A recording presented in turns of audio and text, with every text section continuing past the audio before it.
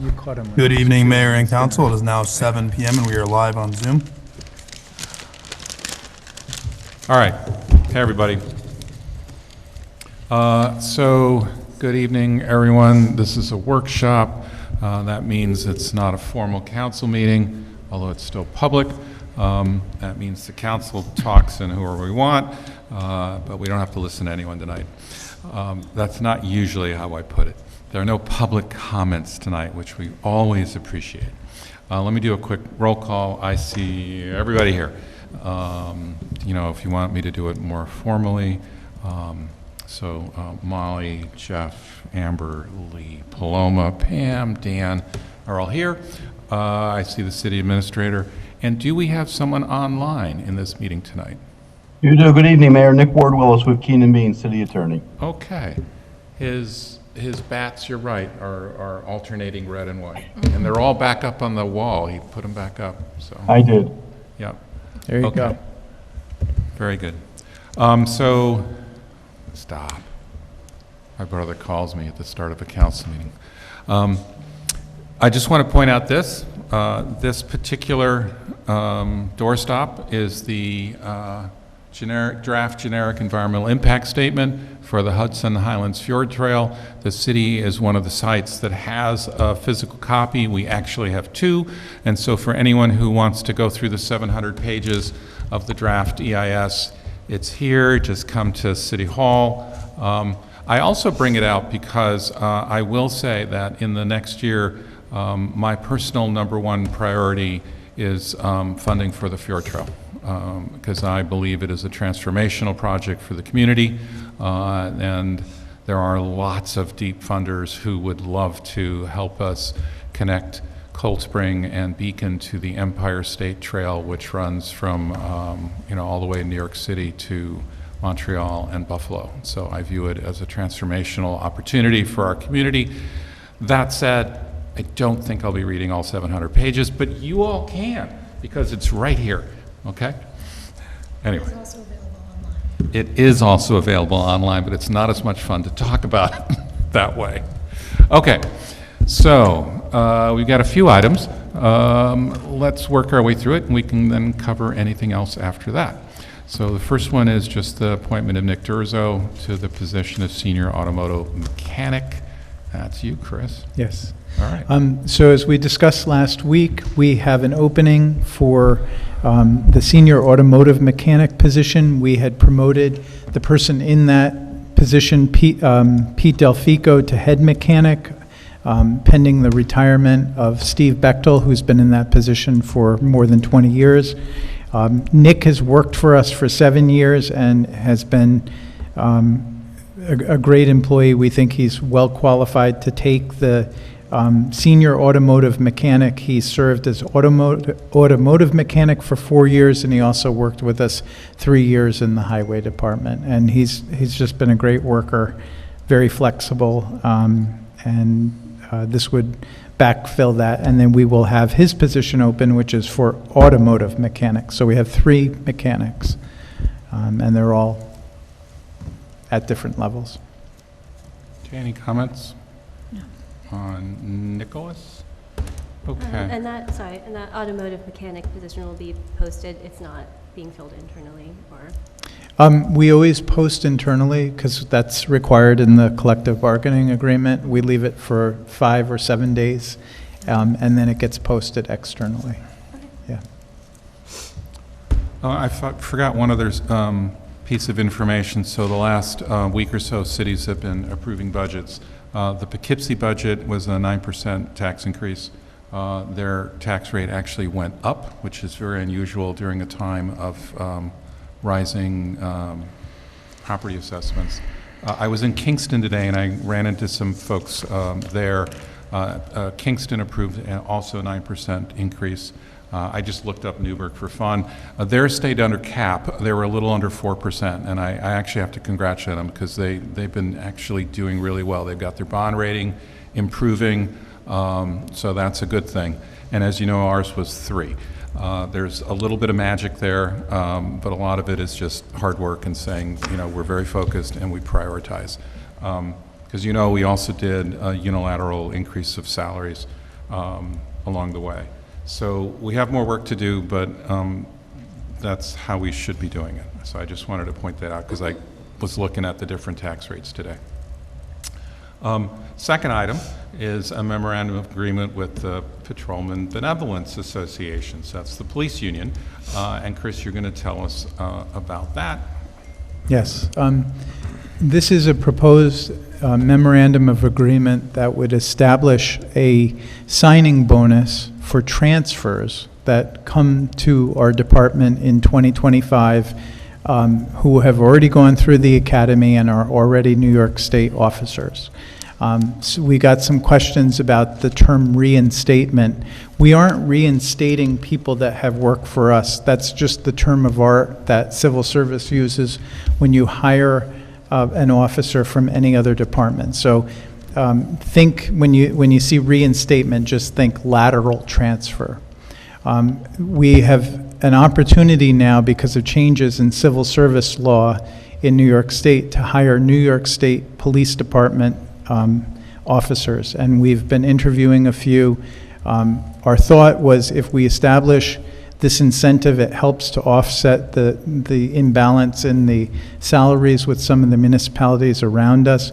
In addition, if a member of the PBA brings somebody in, they would get a referral bonus. So what we're proposing is a $5,000 sign-on bonus and a $5,000 referral bonus. There are strict guardrails on this, so if you're saying only one PBA member can refer a person, the person has to stay with us 6 months and be in good standing before they get paid out the incentive, both on the referral and the signing bonus. So we're going to try this for a year right now. Just to remind people who are tuning in, we are in crisis with our staffing. We have 8 vacancies out of a force that's 36 authorized slots. In addition to those 8 vacancies, we have 2 officers on long-term injury, meaning that I don't think they're going to be back next week. Hopefully, they'll be back at some point. We have 1 in the academy who won't be available to shift, and we have another that has told us that they are leaving for a state police job in February or March. So we have been trying a number of things. We raised the wages for PBA 5% a few months ago. In September, we did a incentive bonus last year of $1,000. We have tried to mitigate our use of overtime through allowing them to sell back vacation days, and we're just trying this. We have there's money in the salary lines for the budget to cover this. If we could hire 8 people, that would cost us $80,000, and that would help to stem the heavy use of overtime that we're forced to do just to meet the minimum shift standards. And as you know, we just approved a budget that has over $1 million in overtime. So I've got to get people in the door here, or we're going to have less opportunity to control that overtime. So this would go into effect January 1. Somebody asked if there's anybody that could qualify that's already in the pipeline. There's 1. Okay. So, and Well, we I are, appreciate I was just going to say, I appreciate the kind of creative thought behind how we try and get around some of the staffing challenges. Yeah. And, this is a fairly common thing in other areas of employment. Yeah. It might be interesting to see how this goes and then see if it's something that we want to consider for other departments in the future. Yeah. But for sure, appreciate trying to resolve the impact that our police department has at the moment. Yeah, and it will sunset at the end of 2025, so it gives us a chance then to look back and see how we did with it. Yeah. Thanks. How did you settle on the 6-month period for good standing? That it's actually I believe it's different from the probationary period. It was something that our HR director worked out with our attorney. I think if they were with us more than 6 months, they got some status. So it wasn't as long as their probation, which I think is now a year. But it was also recognizing that if we put the incentive too far out, it wasn't going to be as probably impactful on their decision-making. Some of the departments, you know, again, we may look at other tools, like I was looking at the city of Poughkeepsie, and they give a higher rate of pay for lateral transfers. So somebody coming in doesn't start at step one on our tier system. They would start kind of equivalent to where they are. Now, we've done that informally in the past through side letter agreements with the union. If somebody has 5 years, you don't put them back to year one. But we may look at formalizing that as well. We are trying to hire. We have 4 people that we're interviewing. 3 are off the civil service list and would be ineligible, and 1 is actually a transfer from NYPD. So was there precedent? Is there a model where this is done elsewhere? That was a I understand that example. the city of Poughkeepsie did it, but I don't know how it went for them. And I didn't want to let them know we're doing it. We're kind of competing with them for staff. In a good way. Like, I like them, But nothing outside New York, you know, broader model, it's just an analysis. we've been trying to, like, as the chief and I meet each week, we're trying to figure out anything that we can use. Like, one of the things we did, Jeff, last year was in an old contract that we had made it so that if you were here less than 7 years, you had if you used more than X amount of days, you had to bundle them into 5 days. And what it ended up doing was having people burn time. And for us, when somebody takes time off that they didn't need to take, it generates overtime. And instead, what we did is we allowed them to break that up and then sell some of those days back. Yeah. And that did help a little bit, but it's unless we get more bodies in the door, it's going to be hard to, it's really hard to staff. And with this, any current PBA member, if everything meets the requirements, they can do this numerous times, like more than one. It's not just you can only do it once if they have like Yes. 4 people and it all worked out. Yeah, so our hope is, and the experience that some of the officers have had that have seen this elsewhere, was that the officers are kind of a close-knit community, and if we get one person from NYPD, that person has all of the contacts they worked with in the city, and then can say they have a personal incentive to try to recruit them for us. And again, we can spend money on flyers, and we do the police academy to try to line up local residents that might want to do this job when they're older. But like having an officer say, hey, I moved to Beacon, it's a great department, we have spaces, and there's a sign-on bonus, might help us get some momentum here. Again, we'll see how it works. We might not get any takers. So listening to what you just said, if a future PBA member came on board, even if they got the bonus, and then they could actually reach out to people, and then they could be the referrer. Yes, And get the bonus for someone else coming in. that's correct. As long as they stay 6 months, and they're That in new good person. standing, yes. But they actually might only be like in their first month or second month, but they would still qualify to be able to be the referrer as long as that new person stayed for at least 6 months. Yes. Okay. And they stayed for 6 months. Yes. Both need to be Okay. true. Yes. Okay, that's a good point. Okay. Everybody all right? All right. Third one is for insurance. So it's an agreement with Brown & Brown, and it's for insurance services. And Chris, you're going to explain that. Sure. Just a little background for people that are tuning in.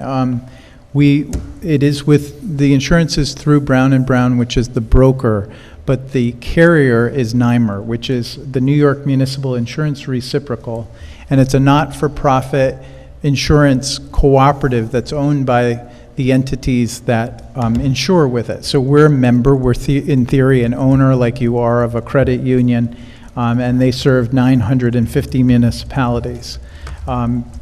We have used NYMER for many years, and we use them to insure our plant, our physical properties, our vehicles and our equipment, and then we also use them for liability insurance. So when there are claims, they're the ones that cover that.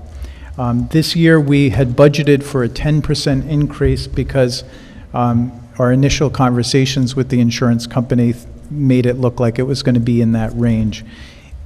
We are coming in at a, once you add the cybersecurity back, I think we're going to be at about a 7.2% increase. So we budgeted for $605,000. The premium is going to be $592,818, and that's up $33,000 from last year's amount. I've had some questions from the council that maybe I can answer, and then you could ask whatever else you have. Some of you saw that the insurance on our properties went up. And one of the reasons for that is we added the firehouse, which was on a builder's risk policy, isolated from our other policy, back to this. And that firehouse is for replacement costs. So whereas Tompkins Hose, the old building, was about $2.6 million in replacement value, this new facility is $11.67 million.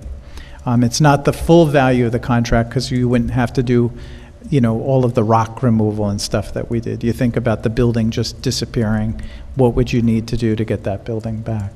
So one of the things we did is we added that property, and we haven't taken the other two firehouses off our schedule yet because we don't want to have some catastrophic event and lose those buildings without coverage. So they will be coming off at some point next year. The other thing is that the value of the buildings has gone up, and the repairs and the replacement of the buildings has gone up. So you may see this in your own life with, if you own a home and you have homeowners insurance, the value the last few years of your property has gone up, and the cost of all of the building materials and labor has also gone up. So that reflects this. And then it also reflects our claim history on the liability end. So we have had claims, we have people that have fallen, we have people that have fallen on other people's property and we get sued. And all of that has a cost of defending. Typically we have a small number of payouts, but there's a lot of work to defend claims. So we're proposing to sign with NYMER again.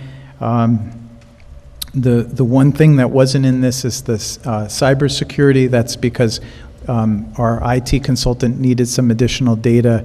We're assuming that's going to be right in the neighborhood of what it was last year. So I think we're below what we budgeted, and if you have any other questions, please. I saw that law enforcement liability decreased between last year and this year. Is that because the fewer officers, because of the claims being made? Any context for why that went down?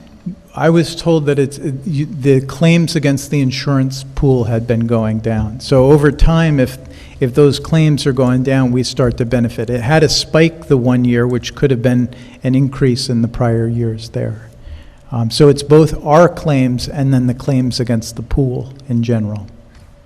And then inland marine, is that because we're along the Hudson? What does that refer to? I don't know why they call it that. It's basically equipment. Inland marine is like things like our chippers, our equipment that don't get registered to go on the road. So they would be everything from mowers to the chipper that we have down at the transfer station, the grinder. So we basically insure everything but the roads. Like, you really can't get insurance for roads. So any building, any major equipment, even things like tanks, pump stations, the dams themselves, all of our vehicles and all of our equipment, tractors, mowers, and the like are on that. So like our building properties value about $110 million now. So we've been building up a portfolio, and some of that may come off when we sell the fire department, but it's not going to be a lot. They were only on for a few $1 million between the two of them. To go back to the cybersecurity cost, you said you expected to be about what it was last year, which was about 73. $7.3, Yeah. which is closer to what it was 2 years ago, but we had a funny little jump where we expected it to be almost 27,000. Right. Was that a funny fluke, or was it a change in the way they do the I, policy? I honestly forgot what that fluke, there was Yeah. something that drove it. There was something that came about, and I don't recall what that conversation was with the agent. But we Yeah. talked about it, and he thought we're going to be at more normal levels. Okay. You know, and we try to keep that number low by not having claims. We just conducted our annual training, and all employees who have email are trained, you know, to recognize phishing tactics and other things that could compromise our system. Yeah. Great. And then for the law enforcement liability, you mentioned it's a decrease from last year, but the year before was a significant Jump. jump. Yeah. But you're saying that all of that is based off of the entire pool of people who are part of the NYMER insurance? It's not necessarily based off of ups or downs? For things us. first. Yes, Yeah. I think it's a combination of both. Right. You know, it's like your car insurance. If you've had an accident, that will increase your rates. But if people across the board are having more accidents, which is also the case right now, you'll see your personal insurance Right. going up because there have been more accidents since COVID. People have been driving, you know, more recklessly, let's say. And in general, the pool is other municipalities in your It's state? only municipalities, Right. yeah. So if you look on the list of, on their website, most of the municipalities around us, like Fishkill, East Fishkill, Newburgh, the county wastewater authority, town and city of Poughkeepsie are all on NYMER. Interesting. And then my other trend that I'd noticed was just that our commercial automobile has steadily been going up for the last few years. Good, yeah. Could you speak to that? Yeah, so I think that's a function too, again, of the increase in the cost of new vehicles. So if you have a vehicle totaled, the replacement is generally going up significantly, and even the repairs are going up. If you look at parts, the cost of those has gone up a lot as well. So again, like, think replacement value. If you have a car you bought for $35,000, but that's now going for $45,000, your replacement is going up. Yeah. And it is also a function of claims. We do have accidents. I don't think they're excessive, but, you know, things happen.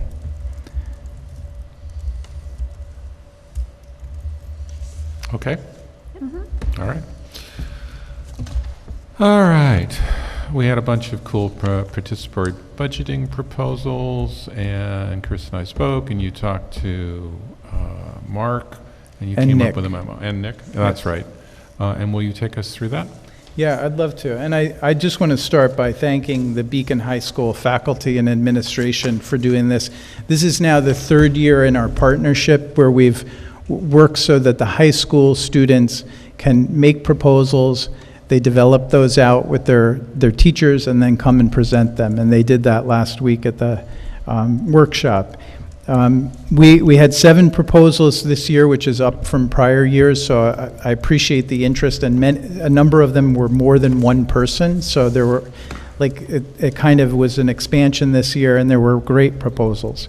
Well, the short answer is I'm proposing a split of our $10,000 between 2 of them. There's another one I want to do through the capital program, and there's a couple others that I think are good ideas, but I don't know where they fit right now. So let me walk through that. The first proposal was Catherine Ruffey and Sally Betterbid, who talked about the deteriorated condition of the fencing at Memorial Park for the softball fields. We went out and looked at that, and they are indeed correct. The posts are breaking up, the wire mesh is really beyond its useful life. And I've already asked Mark Price to go get a cost. I think that's going to exceed the $10,000, but that is more than a worthy capital project. We did the We Play fence, which isn't exactly the same because it's a little more expensive because it's a coated metal as opposed to galvanized, but it's also lower to the ground.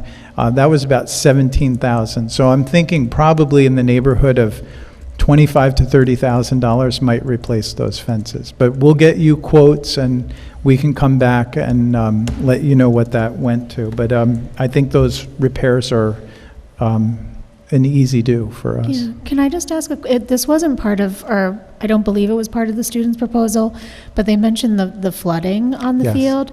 Is there anything that we can look at to help with that? Yeah, I mean, we can see if the engineer has any ideas. I know we have, that it's a low-lying area, and we have flooding issues with the basketball court as well. Okay. Yeah, there's actually an underground stream that comes across Memorial. Yeah. And so I think you have a high water table, maybe not the best drainage, but we can definitely take a look at it. Yeah, I would just be interested if there's some options to just, it did look pretty atrocious in the picture that they shared, so, thanks. Sure. I wanted to ask, if these students didn't come forward, who would be noticing this? Because is it something that the recreation department, or is it the buildings and ground, like who Well, would be inspecting these? It's I a, should yeah, say? it's a good question. Generally, the highway staff take care of the parks. So we have two or three full-time people who staff the parks. And then we have seasonal and part-time people that come work with us. They should be letting me know when things like this happen. That didn't happen. Usually the user groups say something before anybody else notices it. They're coming through and doing a lot of they have a lot of lawn maintenance, and that takes them the bulk of the time. So usually people will call them about a repair that needs to be done in the building or something that's going on with the lighting, and then we'll fix it.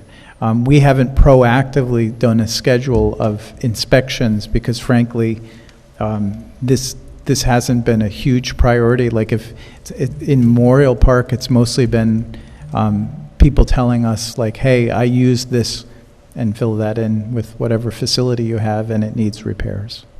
So, Just for liability purposes, would it be wise to at least have somebody do like an annual walkthrough and kind of yeah, do an inspection? I'm open to that. I am trying, we've struggled just because you don't have a lot of staff in either the Parks Division of Highway or the Recreation Department. And they've been, honestly, they've been just getting a lot done with the few people that we have. But I would like to do that at some point with all the parks and go through and make a list of all of the, we kind of have a list that we've generated internally of the things we know that are fixes, like the basketball courts at Memorial. They're not a safety hazard, but they get wet because they were designed to have a dual use as a skating rink in the winter. And that didn't work out so well, but the way that we've structured it, the water continues to pool. But yeah, I would like to do all of our facilities, including our buildings, more regularly. And for the repair, do you think that's something that would happen early next year before the softball season? Yes. Okay. Yeah, and I don't think it would be a repair, it would be a replacement. Right. That, it's too far gone. Yeah. I appreciate that they came forward with that because, No, it's really good. Yeah. We, and doing this program, we see our facilities and our programs and the other things that we're doing with new eyes. You and I don't experience the things that the high school students do. So it's a great perspective. This is one of my favorite things that we do. Any other questions on one? On number 2, The Fitness Community by Jude Betancourt and Brody Tim. What this proposed was to have outdoor calisthenic facilities so you could do pull-ups and dips and other things. I think this is a great idea, and I will look to see where we have opportunities to put this. The location that they cited was the old tennis court that's behind the skate park. That initially was going to be another use that didn't really pan out, and I've been talking to Mark about turning that into pickleball courts because we have a demand for pickleball courts, and we also want to have those courts far enough away from homes that it doesn't generate some conflict with the homeowners. So what I thought is, as we're doing the skate park, I want to get through the skate park, and we'll talk more about some of the things we want to do with the skate park. You have in the capital program a walkway that would go circumnavigate the memorial park, and that might be an opportunity where you do it kind of on a linear path, and that's what the town of Lloyd has done with the Hudson Valley Rail Trail. The city of Albany has it at their riverfront park. Or you could do it more centralized. Like there is a spot that we thought about at South Avenue Park, where you would have, instead of a line of these things, you would concentrate them, like there are outdoor workout areas at Venice Beach and Fort Lauderdale, kind of like an adult playground. So I think it's a great idea. I thought these guys were great for coming forward on it. I want to figure out where we put it, and then maybe we phase it in. We can try a couple elements. We don't have to go all in right at the first, And would we be getting equipment that we would then get through our capital planning budgeting? Is that kind of how it would work in terms of the money for any new equipment? It depends on the level you do it to. I mean, if we have like a couple elements and they cost a few $1,000s, we can do that out of the recreation fund. So maybe we do a pilot. I'd like to pilot things and just see how they're received. Mark and I are circumspect about where this should go. We're not sure of the location, but I think it's a nice idea, and we actually have people that use the playground equipment at South Avenue Park in this manner. You go and they're doing pull-ups, and I mean they're already doing it, but it would be more proper equipment that's probably more age appropriate. And in terms of sort of coming to an idea of where it should be, is that something that you would turn to the Recreation Committee to have input on, or is there a different sort of decision-making process? I don't know what the decision-making process is on this. I mean, we had a week to think about it, so I haven't thought it all out. But generally, I look at how things dovetail with other projects. So like if we knew we were going to do the trail expansion on Memorial Park, then we could look at, is there a good footprint for this, or would it look good aesthetically? So usually it's Mark and I throwing out ideas, and then he can take them to the committee. It's similar to the tree program that we figured out, and then he took it to the tree committee, and they were like, "Wow, that's great," and then they ran with it. So where I would use the committee probably is more in choosing the elements and the style of what it would be. I don't really, I'm not good at that. But where it is and whether we have the money for it is more a higher level. Yeah, I'll add, I've seen it in Europe in the linear way that you're describing. That seemed to be a common way that I saw it in Germany. But I also wanted to add that Green Street Park, in the master plan for Green Street Park, it included some equipment for adults, I think pull-up bars and maybe a couple other things, but I can't remember where in the park it had been planned. So if you decide that you want to spread it out among the parks, I'm only saying that Green Street Park, somebody thought about that already, if you want to go back to Mark's original plan that he did with Brian Quinn.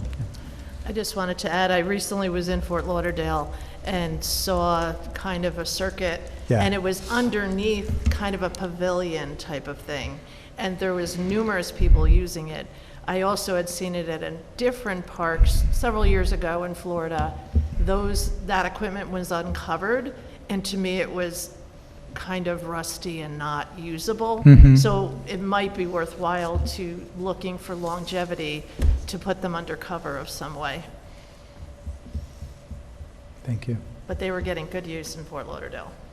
Yeah, and it's a great idea. It's cool when high school kids are like, we want to make a fitness community. And that's so good in many ways. We want people outside, we want people socializing, and we want them doing things that are healthful for them. Number 3 was a proposal to purchase electric kick scooters, or it may not even have to be that brand, but scooters to encourage micromobility that didn't use cars, or in this case, the proposer had said about trying to get more people not to use the bus. We actually had a proposal a few years ago from a company that wanted to come in and locate here and do this. I talked to Nick about this, about the city sponsoring it, and he had concerns that this really wouldn't be a valid use of public funds, and if you have other questions, maybe Nick can chime in. But when we considered it as a sponsorship where a company would come in and they would run it, it raised a battery of concerns about liability, about pedestrian safety, about enforcement on sidewalks, where they would be stored, how they would be maintained, who would recharge them. Our attorney, Christian Gates, actually is familiar with a circumstance where the city did this and they ended up having to dredge these things out of the river because people just kept driving them down to the river and then throwing them in the river. So everything you do has unintended consequences. I like the idea of micromobility, but I don't think this one's something that I would recommend at this time. I also do want to do a little piece of education in that the way our public transit system works is that for each person that rides the transit, the subsidy from the federal government goes up. So we don't want people not to take the bus. We actually want the opposite. We really want to encourage, and if you look at our buses, they're generally not full. So please don't think taking the bus is a bad thing or taking the train. Any public transit, you're supporting a system that relies heavily on federal and state subsidy. Yeah, you're being polite. They're generally empty. And that was one of the issues the county raises with us. So it's in our interest to try to get those buses better utilized. And Hey, Chris, you summarized our concerns correctly. Thank you. Pardon? you're underwater again there. Sorry. Chris, you summarized our concerns correctly. Thank you, both from a liability standpoint as well as the use of public funds. Thank you. I have no idea what he said. He said that we're brilliant and he thinks we all look fabulous tonight. You just I'm agreed. sorry, Nick, you He sounded like agreed. a teacher in Charlie Brown. Wah, wah, wah, wah. Wow. Yeah, you have to do it with Fair. And while we're talking about bus, I also just want to convey the good news that we did get the Loop bus to expand to Sunday hours. I was going to ask about that. I thought I Yeah, saw so that we have been announced. asking that for 3 years, and the Loop bus route is not changing. So the people that rely on it are still going to have it, and now they're going to have it for Sunday. That's great news. And is it true that the age for passengers for the Loop bus is 13 to be unaccompanied? Do you know? It's 13 years old to not have to be with I somebody? don't know the answer to that. 'Cause I think kids could use it more often. Yeah, I would love that. everyone could use it more often. All 7 days of the week now. Yeah. No, we're excited about Sundays. So the kick scooters, by the way, was presented by Amir Figueroa, and again, I think those are fun. I like the idea of being able to jump on a scooter to go look at where graffiti is, but I think I'll probably get hurt doing so. And just to clarify, if a private company wanted to come in and start a business Yep. for this, is that allowed in the city currently or no? I think under certain conditions it could be. I would want a competitive and transparent process so that any entity could bid on it. You don't just go with somebody that you know or who showed up at the door. I think we would have to have agreements in place that discuss liability, discuss the use of public property, have protections on different things. Like Maintenance. where do you put these? I mean, we don't have a lot of real estate on Main Street. Yeah, Ride the bus. yeah. Ride the bus. The fourth proposal was Cocoa Baisa, and this proposal was to expand our public restroom facilities like we have at Memorial and Green Street Park to other areas of the city, including Main Street. This is something I think that's more a long-term project. I don't think this is out of question. I think at some point, you have the volume of tourists to do this. We've tried to take a bite at this through a couple things. One is we reactivated the visitor center across the street, and that is open about 9 months of the year now. And the bathroom is publicly available, and even more importantly, we support it with professional cleaning every night. So that wasn't happening, and we did start that so it could be more accessible. And then when you go in, you can find out about the businesses on Main Street and get a map and brochures.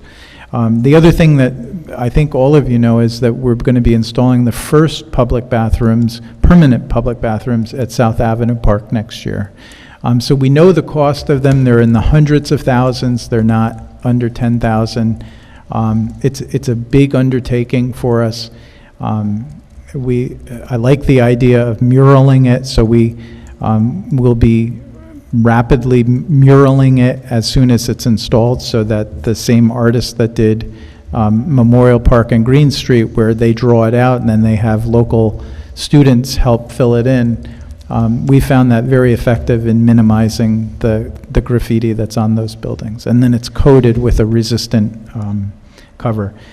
My thought on public restrooms is there might be a possibility. We had talked some years ago about converting Veterans Place or somewhere else into pocket parks.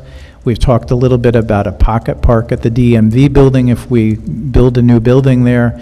So I would see it being done in the context of something like that. Like if we almost advanced with the Veterans Place when Skoufis was going to get us money, and then his district didn't end up being, including Beacon, so that kind of went off the table. But I think it's a good idea. I think the presentation was fine, and I think we're going to look for opportunities to do that and continue to support Pole Hill Park, which COCOA actually mentioned as one of the sites. So the visitor center, I think we need to do a better job saying there's a public restroom there. So I'm going to look at signage that is more welcoming.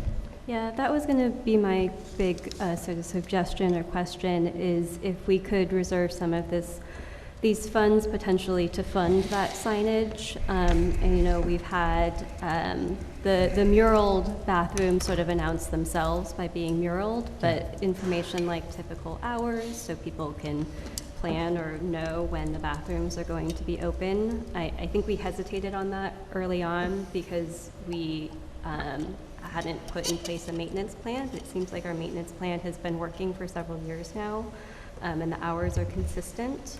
But especially if there could be clear and consistent signage, almost the way that we've put up for all of our parking lots. Yeah, and I don't think we need to reserve the funding for that. We can handle that incidental signage.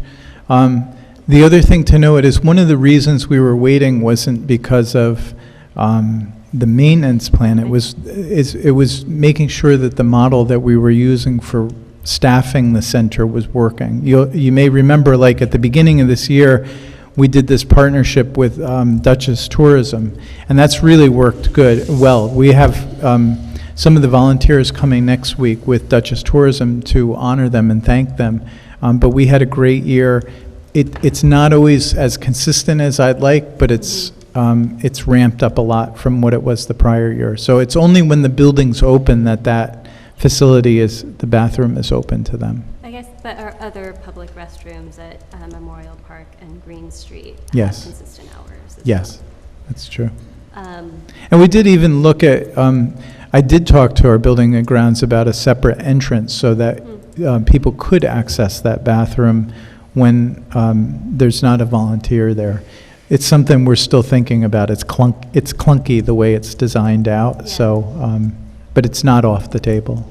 It was very difficult to consider when we had the construction trailer right behind there, and now as you've seen, we've repainted that building. Our guys did a really nice job painting all the black trim and repainting the exterior of it, and the plantings are coming back in the spring in the front. So Yeah, and we're getting to, I'll bring up another thought when we get to the creative spaces. yes, the fifth proposal was from Nolan Miller, and this was a proposal to expand recycling onto Main Street and have dedicated receptacles for that. I think, Dan and Amber, you were and you, Lee, were here We've had right many, before I many, came. many conversations about This this. was a no. Yeah, so, Well- well, let me just explain the context, because the idea is correct. We want to Yeah. promote recycling. It's important to be environmentally responsible. Adding receptacles was done already, and the problem is that it's very difficult to control the contamination of your recycling when you're doing it publicly. Like, when people are at home and they live in your town, you can educate them, you could even enforce it by going and checking their recycling, or saying, I'm not going to pick that up because you put, pizza in your pizza box. In terms of Main Street, it was really difficult to patrol, and what you ended up doing was just running 2 sets of trucks that dumped the garbage and then took the recycling and dumped it in the garbage. We actually have a system that's informal that has been recycling on Main Street and the parks. You have informal waste pickers who go through the parks and go along Main Street and quietly every day pick hundreds of cans out of the cans and bottles, which is the highest value recyclable. And they do so without us having contamination, without incurring the cost and the environmental impacts of having another set of trucks go through the city. It's actually been a real challenge just dealing with garbage on Main Street. Molly has listened to me talk about this ad nauseum. About the 60 cans that we bought. We looked at the design, we've added pickup days, and it's still a challenge to deal with them because they get very dirty, they get graffitied, they get stickered, they get damaged. Yeah. And then sometimes they don't get picked up, and staying on top of it. I think we've really changed the way Main Street looks in the last 3 to 4 years, and I wouldn't propose doing this at this time. I do think that the sentiment behind this is a really good one, and I appreciate this person's thought process here. I do know flat out that this wouldn't be a $10,000 project because it would change our contract with the carting facility. And generally, the kind of only cans that seem to be effective are the Big Belly ones that provide really specific instructions on what goes in the can, and those are more than $10,000. So I think it's something that the city should continue to consider. It is important to keep our Main Street clean and trash-free, and we've been doing a really good job at that. So maybe as conditions change, or, next time we talk to Royal, if there's an opportunity. But yeah, genuinely, the only way that this has been proven to be effective is through the more expensive units that have very clear signage and limit the size of items that can go in the bin. I mean, just context-wise, the compost program that we have has been amazingly successful. I really love that program. Even though we have highly motivated people going to a site to drop something off, we still incur contamination fees every single month, pretty much. People have not complied with the rule that you can't put those so-called compostable bags in. Yeah. We have some very dedicated people that go and open those bags, but they don't get them all, and then when they don't, we get hit by that. So if you have somebody that highly motivated who saves all their food scraps and still won't do the right thing, it's a lot harder to get somebody who's just in for the day and they just bought whatever food and then they dump it wherever they can very readily do so. I did have a thought about those compost drops. We have 3 across the city, correct? Yeah, we have the rec center, Churchill Street parking lot, and the recreation center. I'm wondering if there's an interim step. And Memorial Yeah. Rec, Churchill. Yeah. If there's an interim step where we add recycling bins to those 3 drop sites and it becomes more of a, 3-option waste spot. We talked about doing that. What I'm trying to do next year is add 1 additional compost bin.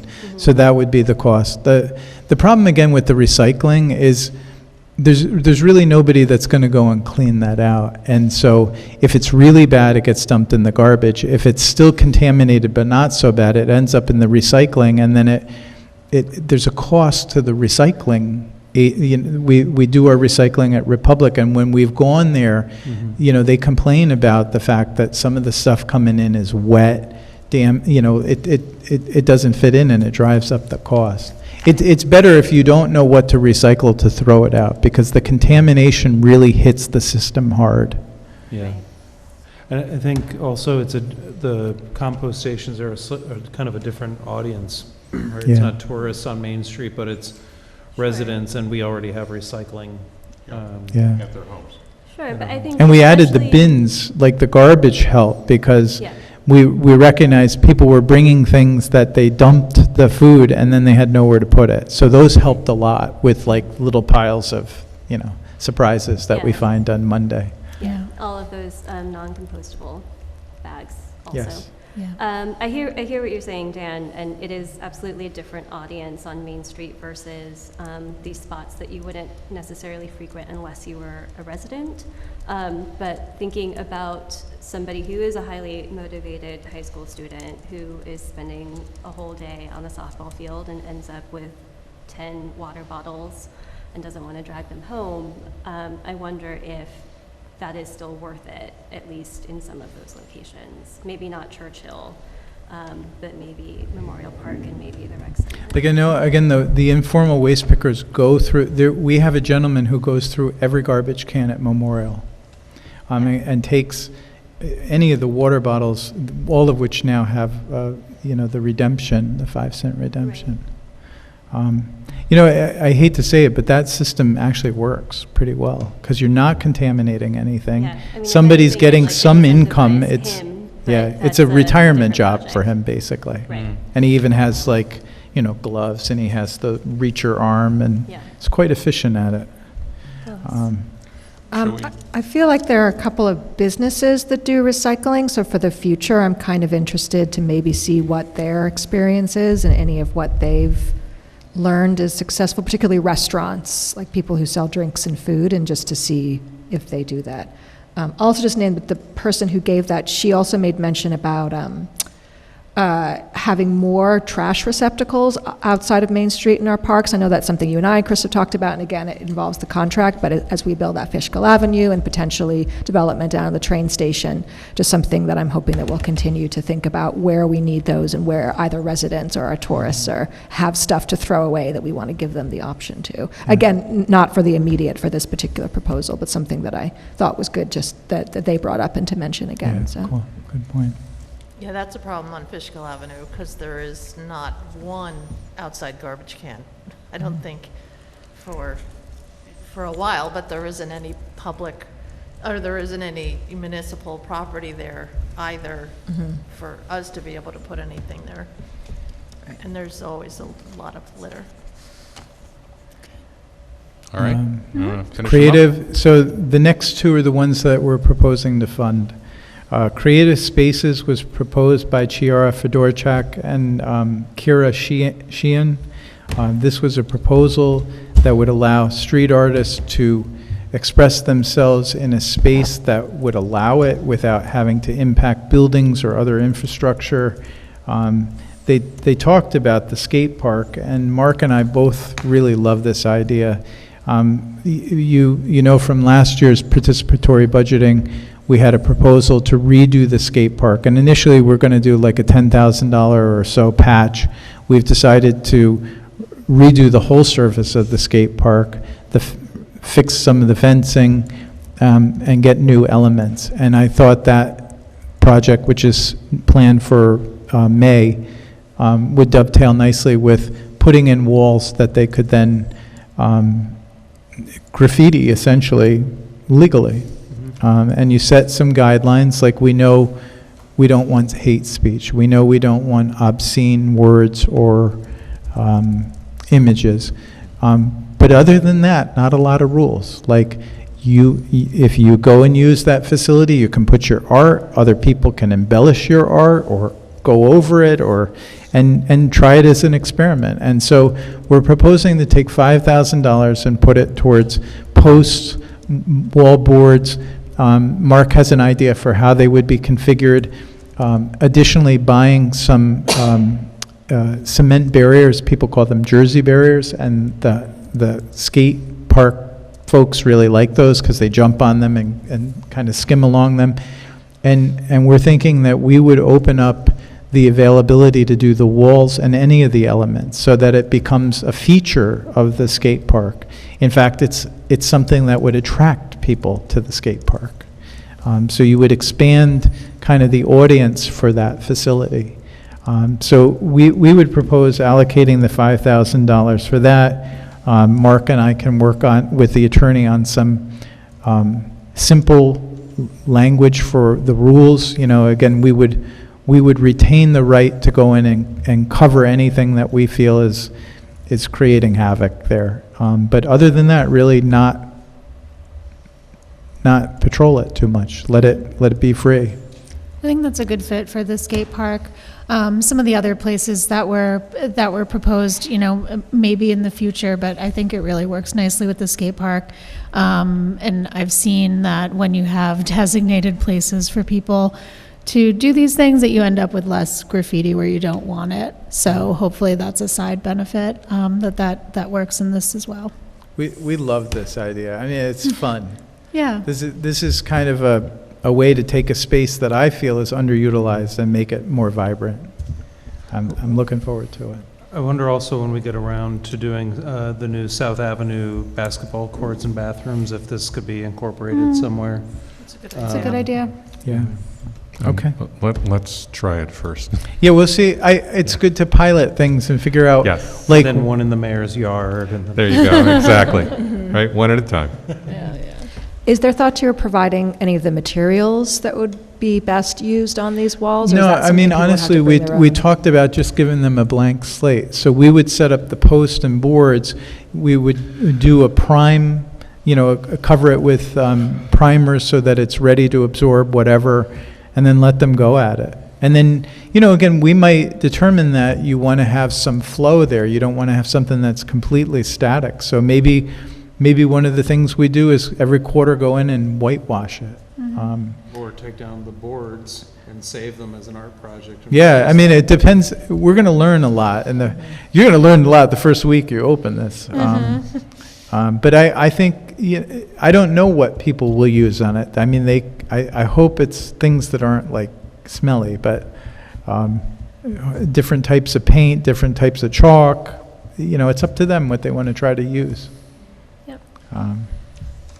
Yeah, I appreciate that Mark and Nick need to weigh in on setting guidelines, and I really appreciate your approach of being pretty hands-off.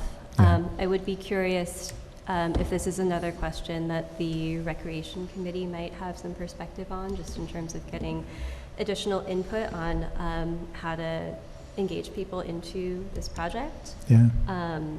As you said, not the siting, not the budget, but some of the details of Kind of the logistics. yeah, how Okay. because this is going to be such a dynamic engagement moment for different parts of the community, getting additional buy-in, I think, is going to be really meaningful. Cool. And I would just add another location suggestion after this pilot period of the visitor center itself. There is that space on the back of the visitor center that has had the same Ron English vinyl up for decades. We took that down because it's completely unraveling. Right. Yeah. But when that was first put up, the intention of that space was for it to be a rotating location for public art. And it just hasn't been how that went. But I think it's an interesting spot. Mm-hmm. And especially if the restroom becomes something that is open to the public more regularly, I would be interested in seeing some of that mural work done on our other public restrooms, just to indicate to the public, even subliminally, that there's a public restroom here. Okay. Thanks. Yeah, it'd be interesting. I mean, this has made me think about who owns the art.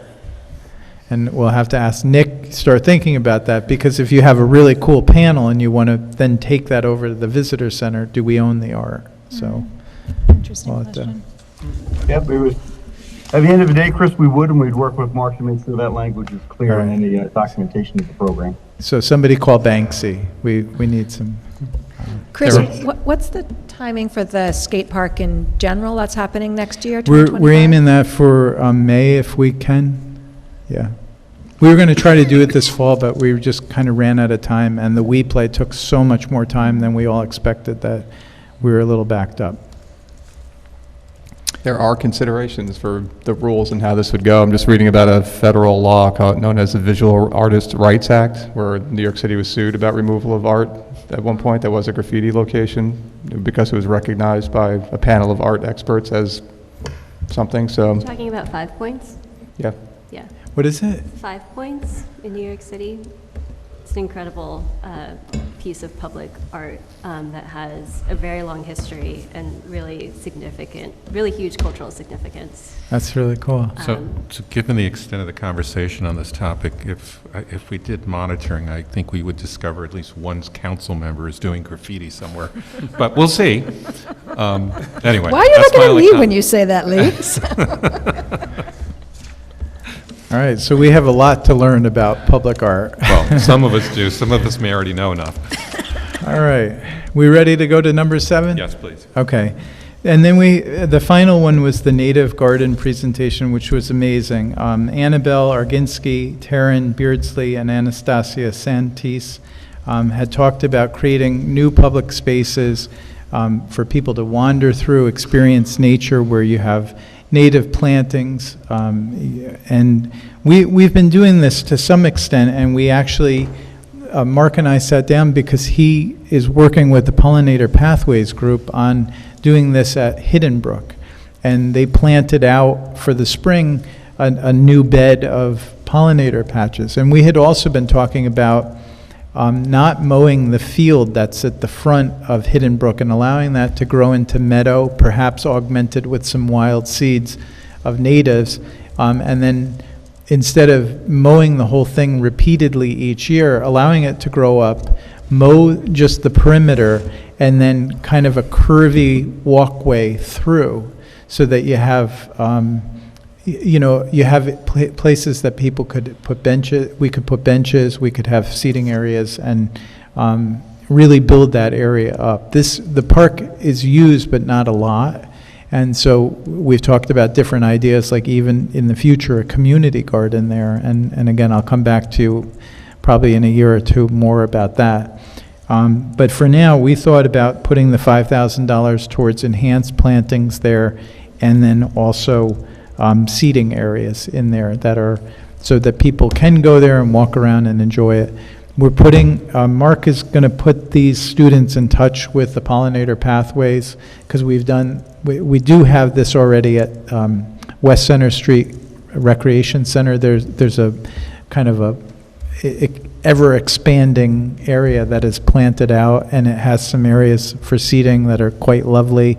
This is definitely something we want to continue to do. We looked at, I had proposed to volunteers who had come a couple years ago to take the back area along Beekman Street behind City Hall and the lands that we own and do that.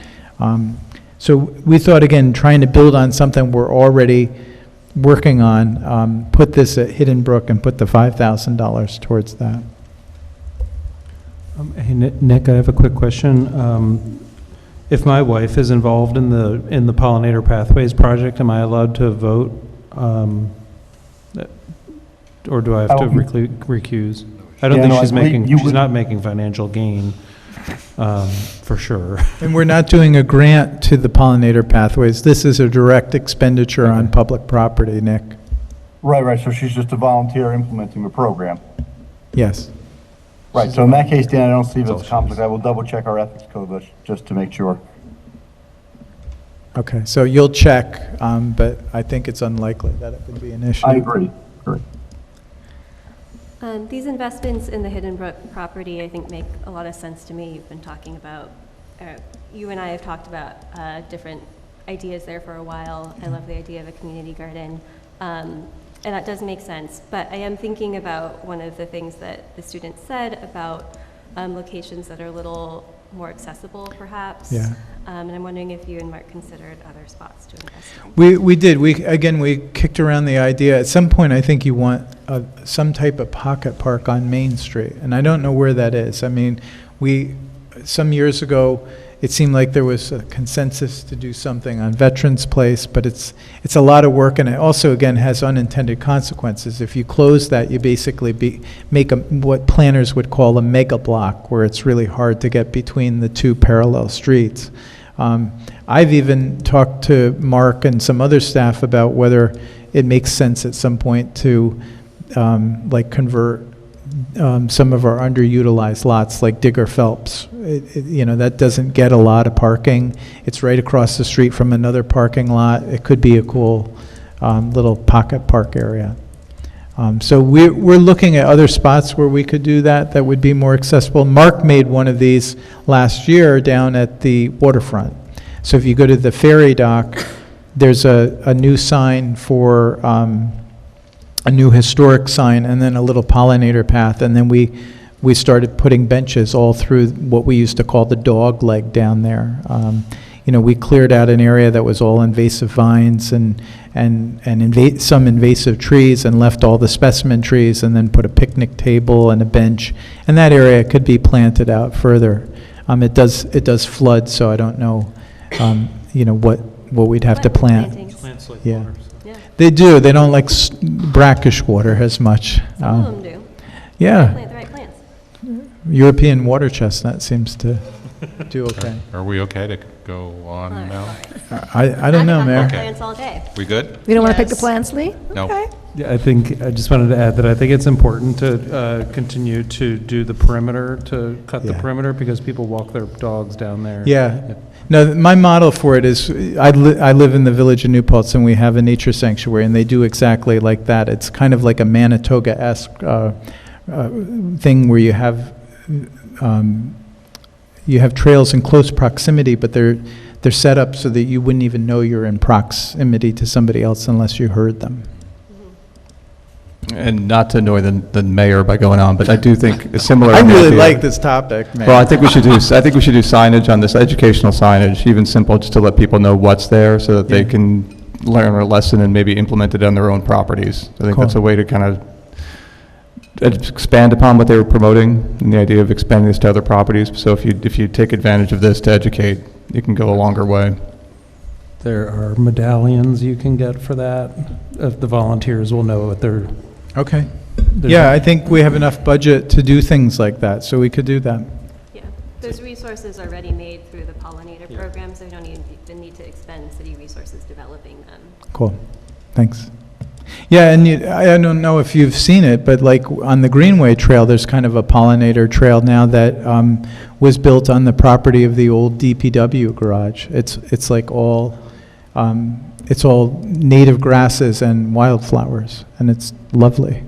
Yeah, the folks at Hudson Valley Brewery have done that sort of on Did their they? own time. It's- Yeah, They're beautiful. they're amazing. Thanks. We did it on one of my rail trails. There's a seed package you get through DOT. It's like 8 times more expensive than the other one, and because we didn't want to mow the berm, so we actually planted them out in native flowers. We good? Yes. Okay. You don't like flowers, Lee, I guess. Fine. That's the headline It's Jeff's all going to right. write. I like flowers. I just trust what our departments do. But this is good, thank you. And you're all, of course, welcome to chat, don't worry. All right? And are you good with those priorities? Yes. Okay. Yeah. I think with the amendments about, like, I think for me specifically, the signage for the public restrooms, but you said that's not Yes. a budget concern. Yeah. And I really appreciate that you try to do as many of them as possible. Yeah. And not just Yeah. pick one, so thank you for always doing Yeah. that. Yeah. These were great proposals this year. And again, even the ones we're not funding, they're coming out of the right place. They Yeah. really are. Yeah, and, just so you know, we very quickly, Chris and I agreed these were the priorities, so we're glad you're doing the same thing. Okay. Cool, thanks. Anything else we need to deal with tonight? No. All right. Then announcement of the next meeting, which is next Monday, the 16th at 7 p.m. here. Dan's That last is a meeting. regular scheduled meeting. Is it the last one of the year? It is, and then we won't have another meeting until January 6th. But what will Jeff do on Monday nights? And what will Teresa do? And I guess Jessica started coming too. What is she going to do on What Monday? will I do on Monday? Yeah. Yeah. I know what I would like to do on this Monday night, All right. and that is give you a motion to adjourn. Second. There you go. All in favor? Aye. Thank you, Amber. Thanks, Nick. Amber's Thank always you. the Good one to night. move us along.